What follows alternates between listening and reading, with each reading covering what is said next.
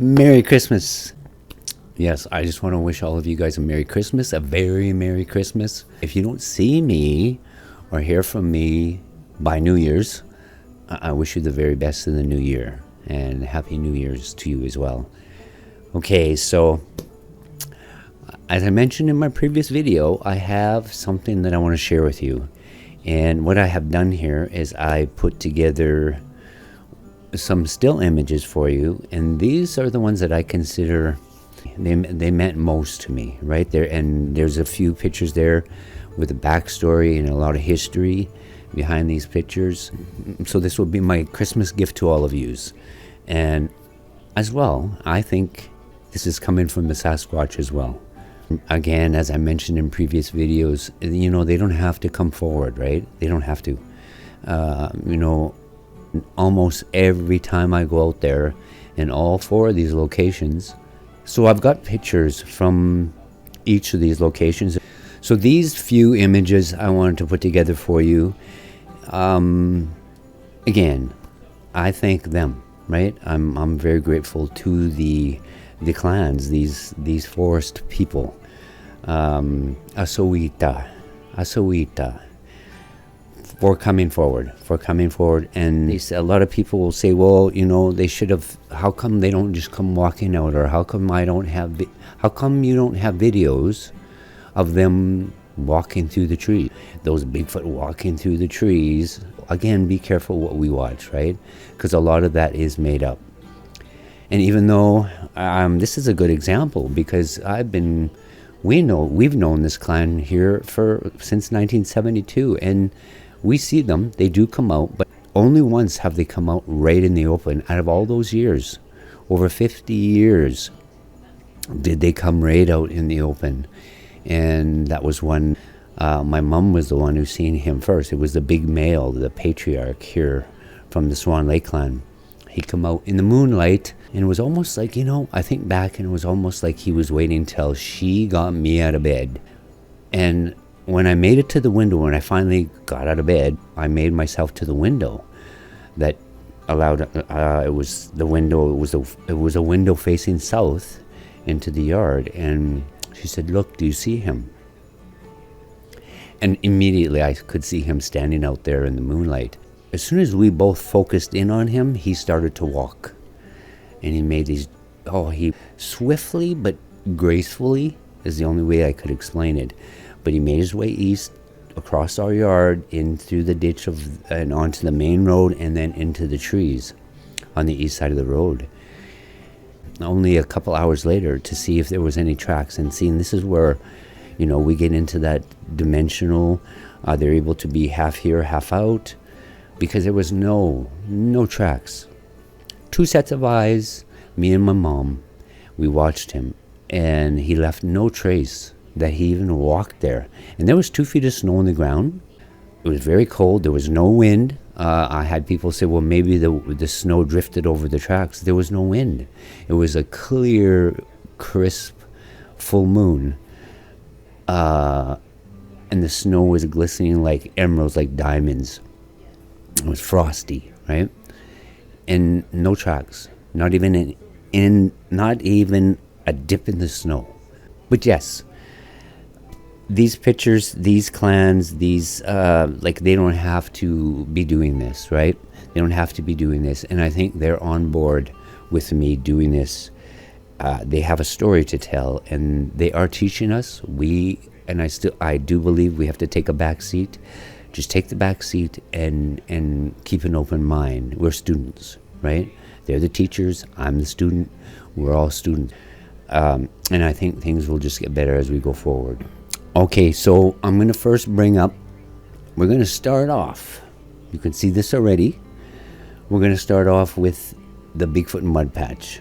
And probably a lot of you have seen this. And for the new ones, I believe this was 4 years ago that this happened. And there's a video, if you go back into my early videos, 2019, 2020, 2021, I do have the Bigfoot mud patch peeker. Just stayed there while I was speaking to the camera.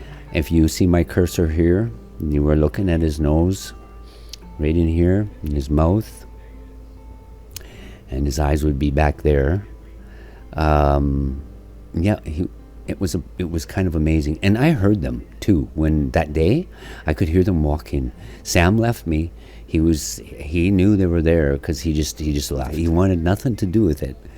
We'll zoom in here a little bit. I don't have my markers. It's such a good image. But okay, what do you see right in here? Is there not two eyes right there? I'm not sure. It could be just pixelated. I'm not sure, but that does look like two eyes, and that does look like an iris right there where my little cursor is running. And of course, here is the big guy, the big one. That was a good day. We will go into the diffuse glow so you can see it a little bit better. I put the diffuse. See there? Okay, we got to go over there to where. See up there? Right there. That does look like eyes. Further back in the tree. It would be further back in the trees because he was up close. He wasn't far from me. He was only, he could have only been maybe 35, 40 feet behind me to the east. And I was coming out of that mud patch, that Bigfoot mud patch, and on the game trail. And I stopped and put the trees to the east to my back as I was talking to. And I in the video, I say, I can hear movement behind me back here somewhere. That over there, right? I'm going to zoom in on that some more. I don't know. That looks like eyes to me. That looks like eyes. That one looks kind of weird. Darker. Well, maybe it would be in the shade. That looks like an eye. Kind of interesting. And see, I just noticed this now as I'm sharing this picture with you. All right. Okay. We are going to go. This takes us to, I'm sure you can see those eyes, those beautiful Bigfoot eyes. This was Seven Creeks. And this would have been on the east side where the big boulder is, where I had left the baby rattle, the Bigfoot baby rattle. I made them. This would be east of where I have the gifting bowl set up right now at Seven Creeks. And you know, I was able to get 4 stills of this. And in every still, and I really do believe they do not like looking directly at you, like eye contact. Rarely do they do it. Sometimes I got some of the stills where they are looking right at the camera. They're not looking at me, right? They're looking at the piece of equipment that I have. And I'm thinking maybe they don't quite understand the camera lens. And I have been able to capture them looking right at the camera lens. But most times, like here, I was standing right behind the camera, and it's almost like they avoid looking directly at you. Just like they're very much like the bear and the grizzlies. You're challenging them, and it's uncomfortable, that direct eye contact. They don't like it. So this was Seven Creeks. We'll zoom in there for a little bit, and then we'll go. I think I do have a diffuse glow. Very good. You can't miss them. You can't miss them. Okay, we'll go to the oh wow, I didn't know I could zoom that far out. Okay, diffuse glow. Yeah, I have one. Okay. And we'll zoom in a little bit. Okay. On to the next one. White birch. This is at the White Birch. Oh, this is up at the White Birch Clan. And this would have been 2022, I believe. This was across the road from where my truck was. I was just scanning the trees again because I was hearing walking and I was hearing twigs snapping, and I didn't know he was there, of course, because I'm looking at a little 2x3-inch viewfinder on my camcord. Of course, I thought I could see him back there, but I wasn't sure until I got home. Get it up on my desktop. Of course, you can zoom in and you have a bigger, large. I mean, it's not a lot of this isn't until I get home, and I go right back to where I knew. And I know there was noises and wood knocks and vocals or what have you. I go to that part in the video, right? I know exactly where to go in the video. I remember. But I want to zoom in on the eyes. They were lit up. And I'm not sure. I don't know how it happens, but they do glow. Bigfoot's eyes do glow in the dark. But we'll zoom in. Can you see him? Can you see him? Right here. These are his eyes here. His nose. I don't got too much. There's leaves and bush, I think, here in front of his mouth. But his brow ridge. He's both brow ridges here. But the eyes, right? They're glowing. They are glowing. Diffuse glow filter. Image for you. Let's pull that down. I almost thought, because he's got very much a very similar nose to Misha, Scar, right?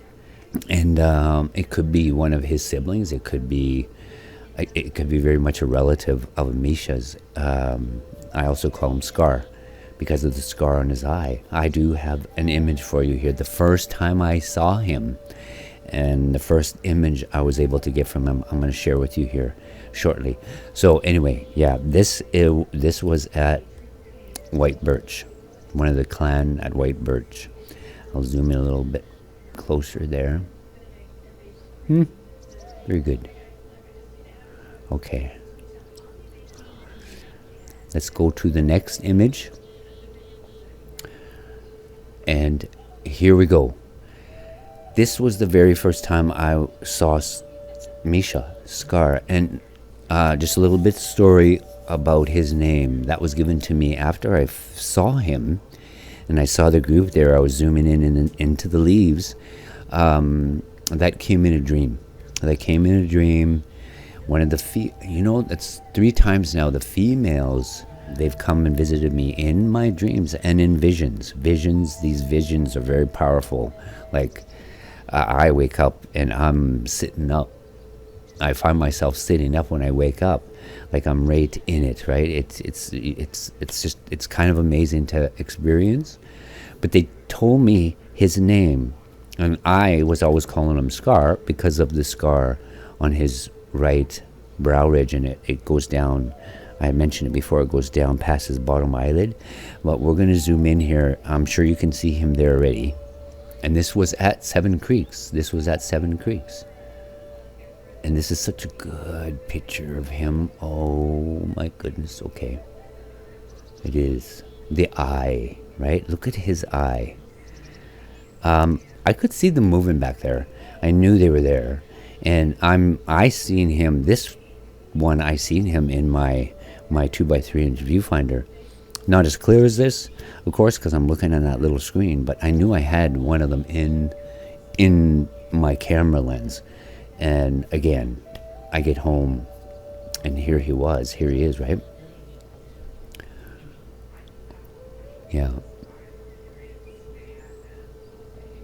That eye would be so sore. It's pulled down. It probably healed. I imagine it healed that way, right? We'll go. I believe I do have a diffuse glow. I sometimes think there's something over here. I'll zoom in down there and we'll go in that area. Usually where there's one, there's more, right? But this is Misha, beautiful Misha. Yeah. And you know what I found interesting? What I find interesting too, a lot of times, their skin and hair, a lot of times seems to take on the color of what's closest to them. Like when I'm looking at his nose, I'll zoom in here a little bit more. His nose is almost the color of those leaves that are next to him, right? Almost. But there would be a shine, I'm sure.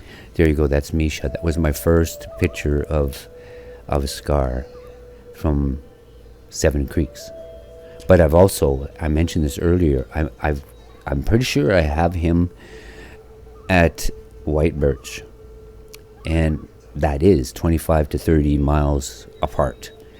So they travel, I imagine. If it's him, if it's Misha and he was up there as well, that's a long trip.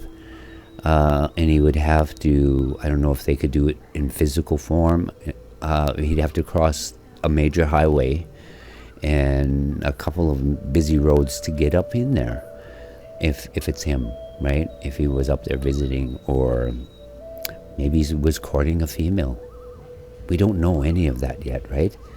They do share little bits with me, though. I'm sure they'll share more as we go forward. Okay, but I wanted to go down here. There's something back there. I almost think this is nostrils, a nose of one that's behind the trees here. I'll zoom in a little bit better. See right there? Right here. I thought maybe it was a little being of some kind, because I thought maybe those are eyes. But I was, looking at the image itself, and it very well could be nostrils of another Sasquatch back here behind the leaves here, because it's all dark, and I can see red, other colors. And you go here, it almost looks like you have one down there. Yeah, that's the crazy thing about doing this, right? Because if you study them, like I almost think I see two eyes there and a nose, right? But I don't know those ones for sure. I usually, when I do this, I usually go to the ones that I'm sure of and that are obvious to me. Some of these other ones I'm not quite sure. And I am sure about Misha right here. That one I'm sure of. Okay, on to the next one. We go down to the river. And this, I believe, I think it's one of the little ones, the little people. I mean, it's obviously there. You could probably see them. And maybe it's holding a flower. That's what it looks like. I don't know that for sure, but there's a little flower or a flower type leaf or plant that's right in the front of this little one. And that little one would only be like size comparison with the two trees that were there. These are two trees that are close to where I park my truck. And that's in the camera facing me, but this was behind me in the trees. It was behind me. I was hearing stuff there as well. Behind me back in the trees at the river, where the gifting bowl is, the actual bowl, and where the caves are across the river. This little one was there, and again, as I was saying, those two trees, that little one would have to be the size of a small 1-year-old child, human child, like that size, right? And it almost looks like a baby. It's got a very baby type face. It's very cute. I'll zoom in on this little one. You have an eye and an eye. You see his little nose here. Nice little chubby little cheeks. This does it, right? It looks like a flower or some kind of plant that looks like, it looks like a flower to me. I believe I have a diffuse glow. Yeah, I do. Okay, I do. We'll zoom in on that.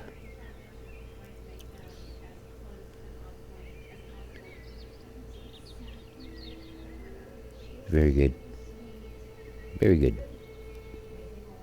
And they do just a little bit about what I experienced with these little people, these little beings, these little forest beings that are at the river. They are fast. And I am always, when I'm there, the camera does never do my visits there justice, because I'm always hearing thump, thump, thump, thump, thump. I'm hearing running around all the time. A lot of times it's further off. Sometimes I hear it right behind me or beside me. I don't see them. A couple of times I've swore I seen a blur, like so fast it was a blur.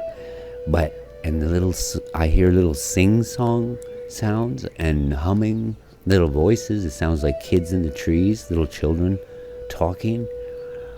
It's these guys. It's these little ones, and they are at the river. There's a clan of them at the river, and I've captured quite a few of the pictures of these little ones. This not as good as this one, and this is why I wanted to share this one with you. It's amazing. Fortunate. I feel very fortunate that I'm able to do this and experience this and find them there. It's like they want to be a part of what I'm doing, whatever I'm doing, and I'm okay with that. It's good, and it's good for you guys, right? It's very good for you guys. You get to see this. You do get to see this. All right. Okay, we're gonna go on to the next image. Okay. Do y'all remember this one? The mud patch. We're back at Swan Lake clan, the clan that's near to my house, that's near to my farm. And do you remember the old man? This was that hoarfrost that was on the trees, and that was why I filmed that day, because it was so beautiful. And I zoomed in down towards the mud patch, and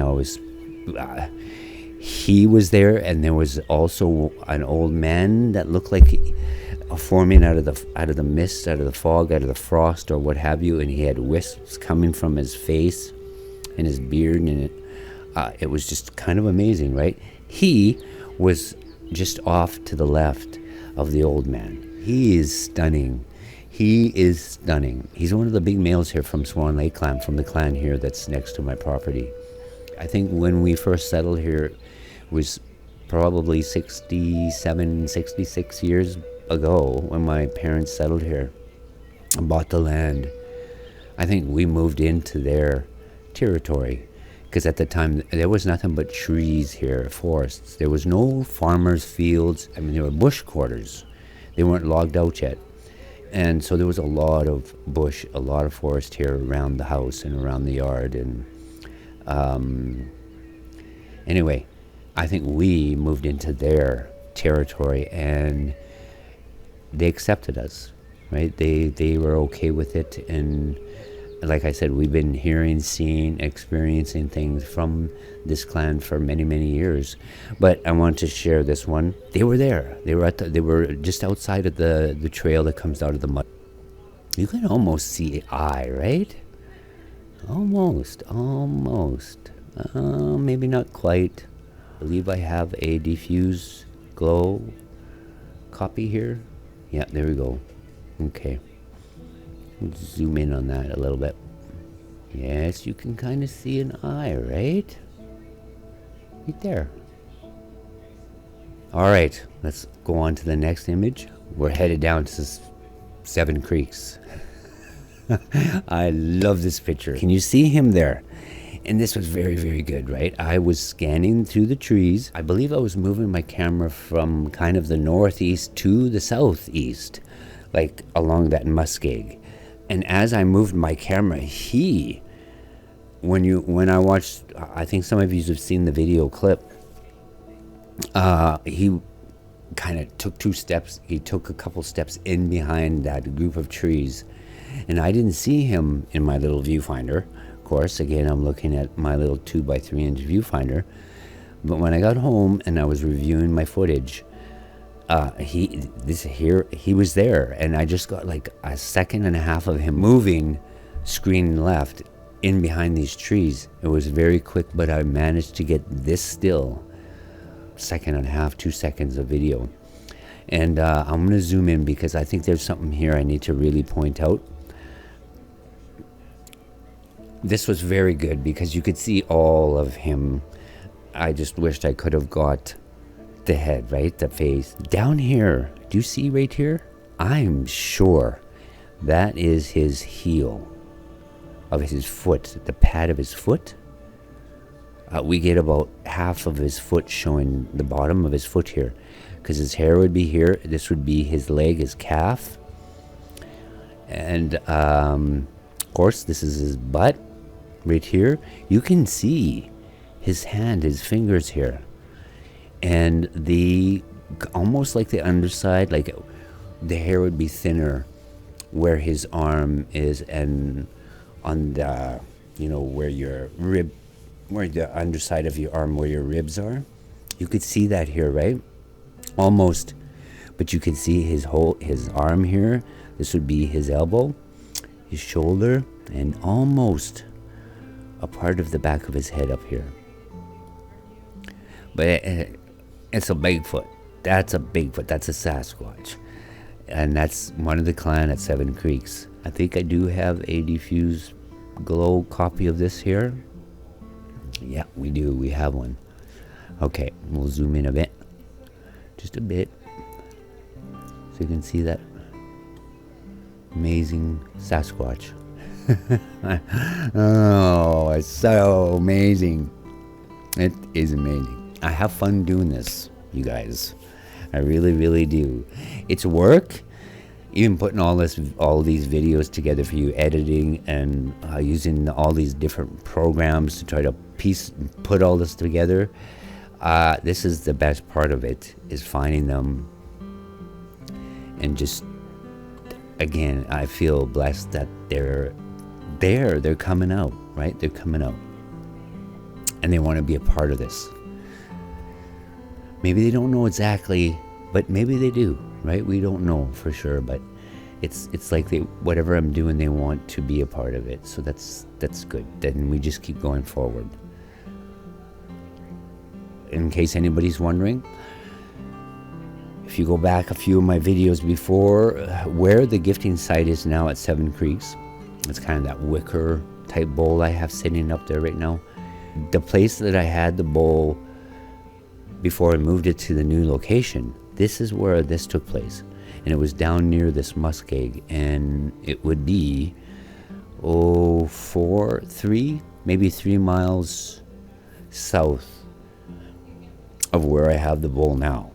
Okay, now we're coming back home.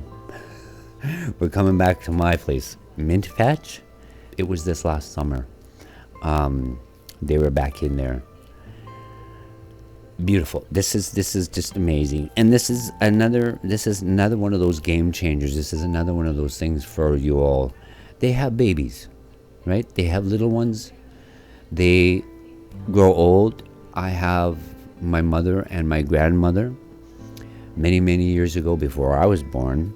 And my mother was only a young girl of 14. I think she was 14 at the time. And they were on a hunting trip. They seen a very elderly, very tall, mom figured this one was about 9 feet tall, but very frail, very, very old. And they watched him walk across the trail. There was a clearing, this trail that they had traveled on, and they were on a hunting trip. But they watched this one walk very slowly and very frail-like across the trail and very slowly into the trees. But they were kind of scared because they had food and meat, and they actually left their camp because my grandfather, my mom's father, had left to go he went to get supplies, and it was like a whole day trip for him to go back to the community, to where this local store was, a Hudson's Bay. If you guys can Google that, ones who aren't in Canada, it was an old Hudson's Bay trading post, like a store. And that's where he ventured to get supplies. And so he left them there they were curing meat and drying meat, preserving it. That's how they preserved their meat. They dried it with a fire and smoke. My grandmother kind of got freaked out because this Bigfoot clan was there. And so she packed up the younger ones and my mom, and she said, she told my mom, let's leave, let's get out of here. And so they left their meat. My grandfather was not very happy, but when they come back the next morning, nothing was touched. The Bigfoot didn't touch any of the meat or the meat that they had hanging and over the fires. And so they have young, they have babies, and they grow old, and I'm sure they pass away. And she and the baby were at the mint patch. Some of you probably remember this, but this is kind of an amazing picture. I think it's an amazing picture. And oh my goodness, what is that up there? It could be just pareidolia. It could be, I don't know, that looks like a Bigfoot with its eyes closed. Okay, but we'll zoom in here. I'll quit rambling and talking. I'm sure you can see the mum here, her nose, her eye here, baby, little one. Look at his ear right there, right? I think that's an ear. And his forehead, both eyes, his nose. Don't see much of his mouth there, but up here. Okay, I'm going to pull that down a little bit. It looks like there's a Bigfoot sleeping. I'm not sure. Like I say, I try to stick to what I'm sure of. But I think I have a diffuse glow here. Yep, I do. See, that came out even more up there. Okay, I'm not sure. And here we go. This is what we're focusing on, though, is the mom and the baby. The mom and the baby, beautiful little baby. And I think that's a little baby boy. That's where they were. Okay. All right. On to the next picture. I'm going to leave you with this one. And this one still boggles my brain. This was, I believe, 2020. In around there. This was at the river. And do you know the spot? If you all remember, when I sat down, I sat with the river to my back. That was where I first received Koi's name. The vision, the dream I had. I was sharing that with you, and I had the river to my back. Where the river was behind me, and if I would have turned my camera to face upriver, this is where this happened. And this still, it's kind of amazing. I want to point out a couple things here. And there are two beings that were up river, and that was a good mile upriver from where I was when I was filming this. There is two of them here, and I'm not sure. The one that's standing upright, I'm not sure if this is a Sasquatch. I don't know, because of what is on it and how it's there. But I think in front of it, in the water, is a Bigfoot sitting, maybe bathing, maybe sitting in the river. Here we go. Okay, these are the two that we're going to pay attention to. I'm going to zoom in, and we'll look at that closer. And notice the orbs. There's an orb on the top of their heads. This is just, it's so amazing but strange, all wrapped up together. This is the upright one, and it almost looks like it's got wings or some kind of fire. Not red flames, but it's like it's got fire or some kind of, or it's draping itself in something. What is amazing me as well is the orbs on the top of their head. And I believe this is one of the Bigfoot sitting on its butt in the water, and this would be its back, and it too has the orb on the top of its head, right? And this one here has the orb on top of its head. I was focused on other areas along the river, and I looked up river, and I'm like, okay, there's something standing over there. And here they were. Like, I estimate the one standing has got to be at least 9 or over feet tall, because that's a long ways upriver.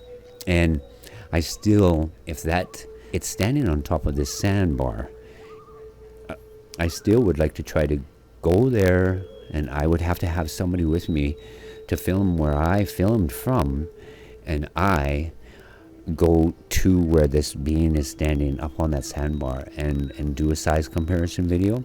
because the river does change each year, because you get floods, you get high water, all of these little sandbars and things like that, they shift and change, and new ones form and others disappear. So I need to check to see if that sandbar is still like it is there, and if I can, again, that I would need a second person there to film me as I go that mile upriver, and see if we can't do a size comparison video. But I wanted to share with you. I'm going to leave you with this one. The day two was strange. I was hearing all kinds of things. There was no people, and this is a place, though. I had, as some of you know, I've mentioned that people do go fishing, camping, building fires, and having wiener roasts or kids' birthday parties, what have you. But on this day, there was no humans anywhere along that river. It was just me and them. And I'll zoom in on that again, and you just have a really good look at that. It's unmistakable that it, you know, that it is. I mean, it's two beings there. I don't know what to make of that one. You guys can let me know what you think. Looks very angelic, like, right? Like, yeah, kind of amazing. But what amazed me the most was the orbs on the tops of their heads. I will leave it there. Again, thank you all for being here. If there's any new subscribers, I thank you very much for coming on board. I hope you stay. As I mentioned before, I think things are just going to get even more interesting as we go forward and into the new year, 2025, right? And let's look forward to 2025. Everybody take care, and I will see you in the trees. Take care. Bye for now.